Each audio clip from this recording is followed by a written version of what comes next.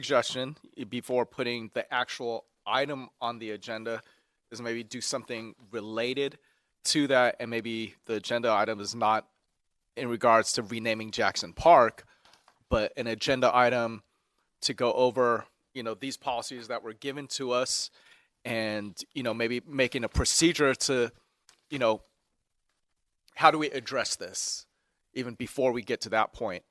I think, someone gave us a letter, puts in facts in there, but how do we figure out, are these facts correct?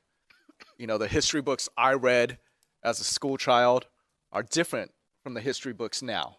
And there's a lot of, opinionated history that goes out there now. So it's like maybe we figure out, okay, who who is the historian, or what is correct in history, and we find out who is that author.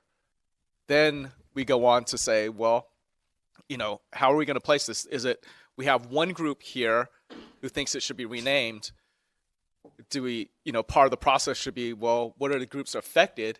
And maybe they're not stepping up, but I think that opinion is also valid, and we should be bringing that person there, because there's two sides to this. It's like, you rename it. I'm sure the ancestors of President Jackson would want to have some say in this. But it is a hot topic, so I think even before we entertain just going to rename, but we sort of take the many steps to, like, what facts do we need? What is the ethical pieces of this? There's a whole bunch of ways to look at this subject, and I'd like to put on the agenda to entertain how do we go about this, and this way we could get something procedurally done, because this is going to be a hot topic, and if we could always come back to some concrete,